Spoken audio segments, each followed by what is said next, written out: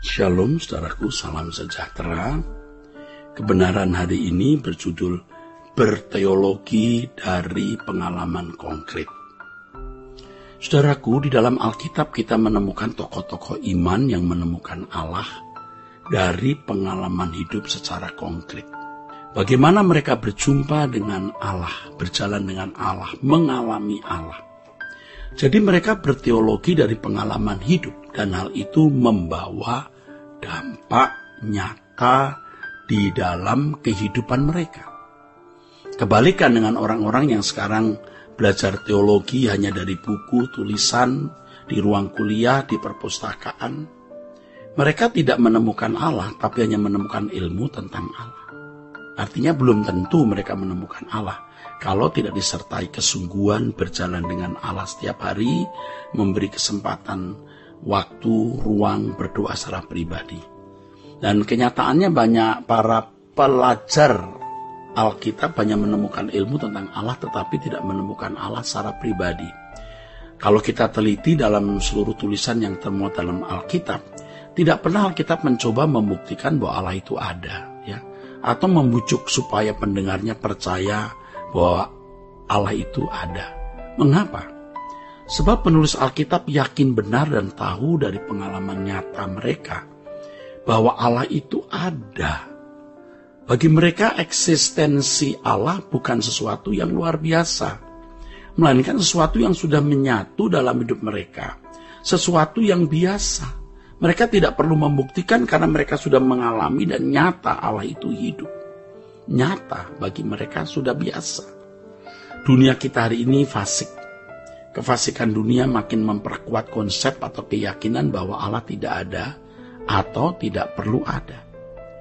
Maka lahirlah kelompok ateis praktis, yaitu mereka yang sekalipun ada dalam lingkungan orang-orang yang beragama, berbicara mengenai Tuhan, dan mengaku percaya Tuhan, namun kelakuan mereka tidak menunjukkan bahwa mereka percaya Allah itu ada. Dan kelakuan mereka tidak menunjukkan bahwa mereka memperdulikan perasaan Tuhan atau keberadaan Tuhan. Tanpa disadari, pengaruh dari dunia yang fasik telah mencemari kehidupan banyak orang Kristen. Mereka menyebarkan ajaran bahwa manusia itu bisa hidup tanpa Allah. Jadi walaupun tidak diajarkan secara kalimat, tetapi dari gaya hidup memancarkan hal itu. Jadi Allah tereliminir, ya. Pengaruh seperti ini pasti ada dalam kehidupan banyak orang, termasuk orang-orang Kristen. Dan yang menyedihkan hari ini, banyak orang Kristen tidak berusaha membuktikan Allah itu hidup. Tidak berusaha untuk mengalami Allah itu hadir di dalam hidup mereka. Kalau para teolog mencoba membuktikan mengenai keberadaan Allah dengan ilmu teologi, dengan percakapan kalimat verbal, tetapi mereka tidak berusaha secara pribadi untuk membuktikan bahwa Allah itu ada. Tidak berusaha untuk mengalami bahwa Allah itu hadir dalam hidup mereka. Oleh sebab itu menjadi tugas kita bersama untuk berjuang membuktikan bahwa Allah itu ada. Orang yang menghayati kehadiran Allah itu pasti hidupnya bersih, pasti hidupnya suci, makin tidak bercacat dan ya makin tidak bercelah, makin menjauhi percintaan dunia, tidak terikat materi atau tidak materialistis. Orang seperti ini juga pasti berani menghadapi segala situasi karena ia yakin dan tahu Allah itu hadir. Ia yakin dan tahu bahwa Allah itu hidup. Tentu orang-orang seperti ini pasti juga berusaha untuk mengabdi kepada Tuhan dengan segenap hidup tanpa batas. Dan akhirnya pasti merindukan dunia yang akan datang. Jika tidak ada ciri-ciri seperti di atas, berarti seseorang gagal menghayati keberadaan Allah. Allah harus menjadi realitas yang lebih dari segala realitas. Artinya kalau kita menemukan suatu benda atau kita memiliki teman, dampak dari benda atau teman itu bisa sementara.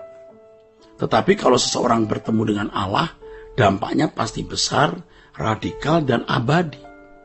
Dan positif tentunya. Allah harus dialami sebagai pribadi yang real, realitas yang lebih dari realitas, ya, sehingga membuat dampak dalam kekekalan hidup seseorang secara positif. Nah, ironisnya banyak orang Kristen yang tidak menghayati kehadiran Allah. Mengapa ya bisa begitu? Yang pertama karena mereka menuntut Allah menyatakan diri secara fisik dengan tanda-tanda secara lahiriah, sesuai dengan versi atau keinginan mereka. Sejatinya Allah yang besar dan agung itu patut dipercayai, walaupun tidak ada bukti-bukti keberadaannya. Allah yang agung dan mulia layak dipercayai, walaupun tidak ada tanda-tanda bukti kehadirannya. Yang kedua, saudaraku, ini perlu ya saudaraku, mengapa orang tidak menghayati keadaan Allah? Karena mereka mengendaki Allah, menyertai Allah dengan cara yang mereka ingini. Ini mirip dengan yang pertama, tapi lebih spesifik.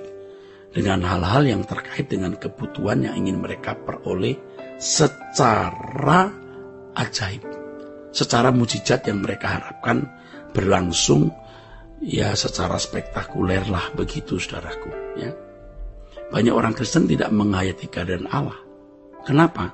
Ya karena menuntut Allah menyatakan secara fisik dengan tanda-tanda lahiriah. Mereka juga menuntut Allah menyertai mereka dengan cara yang mereka ingini. Yang ketiga karena mereka tidak hidup dalam kebenaran Tuhan. Tidak hidup dalam kekudusan. Kalau orang tidak hidup dalam kekudusan, ya tidak mungkin dia bisa bersekutu dengan Allah. Jadi kalau orang tidak berusaha untuk hidup dalam kesucian Allah, dia tidak akan bisa mengalami Allah. Karena Allah sendiri berkata, kuduslah kamu sebab aku kudus. Mengapa Allah menghubungkan kekudusannya dengan kekudusan kita? Karena Allah mau bersekutu dengan kita. Dalam firman-Nya juga dia berkata, keluar kamu dari antara mereka, jangan menjamah apa yang najis, maka aku akan menerima kamu. Kita harus punya tekad, saudara. Bukan hanya menjadi baik, tetapi juga tidak bercacat, tidak bercela.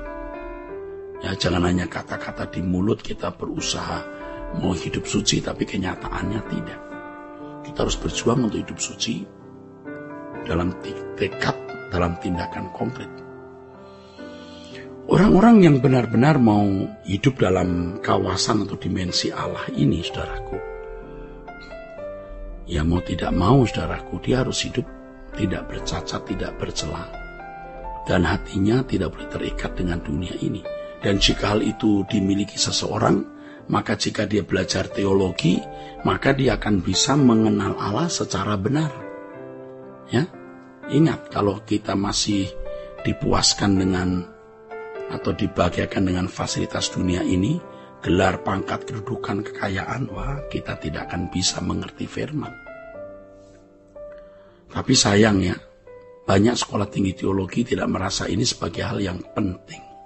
Dianggap subjektif, kurang akademis, terlalu individu subjektif, terlalu praktis. Nah ini yang akhirnya membuat banyak lulusan sekolah tinggi teologi bahkan kemudian menjadi pendeta yang tidak menyentuh kebutuhan rohani yang benar dari jemaat, yang tidak menyentuh kehidupan rohani jemaat untuk menjadi serupa dengan Yesus. Oleh sebab itu, mari kita bukan hanya belajar teologi, tapi kita juga menghadirkan Tuhan dalam hidup kita dan mengenakan hidupnya Tuhan Yesus dalam hidup kita.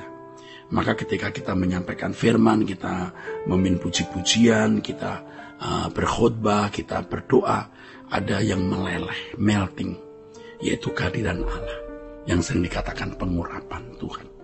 Nah, orang bisa merasakan ada sentuhan ilahi, dan hal itu pasti mengubah pendengar kita atau orang yang kita layani. Jemaat yang mendengar kebenaran firman yang disampaikan oleh hamba-hamba Tuhan yang benar-benar mengalami Tuhan itu, pasti mendapatkan impartasi, gairah, spirit yang benar, sehingga mereka juga keluar dari kewajaran hidup anak-anak dunia dan mengenakan kewajaran hidup sebagai anak-anak Allah.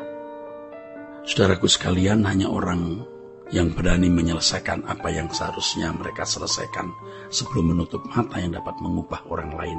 Sebab seseorang tidak akan bisa mengubah orang lain kalau dirinya tidak berubah.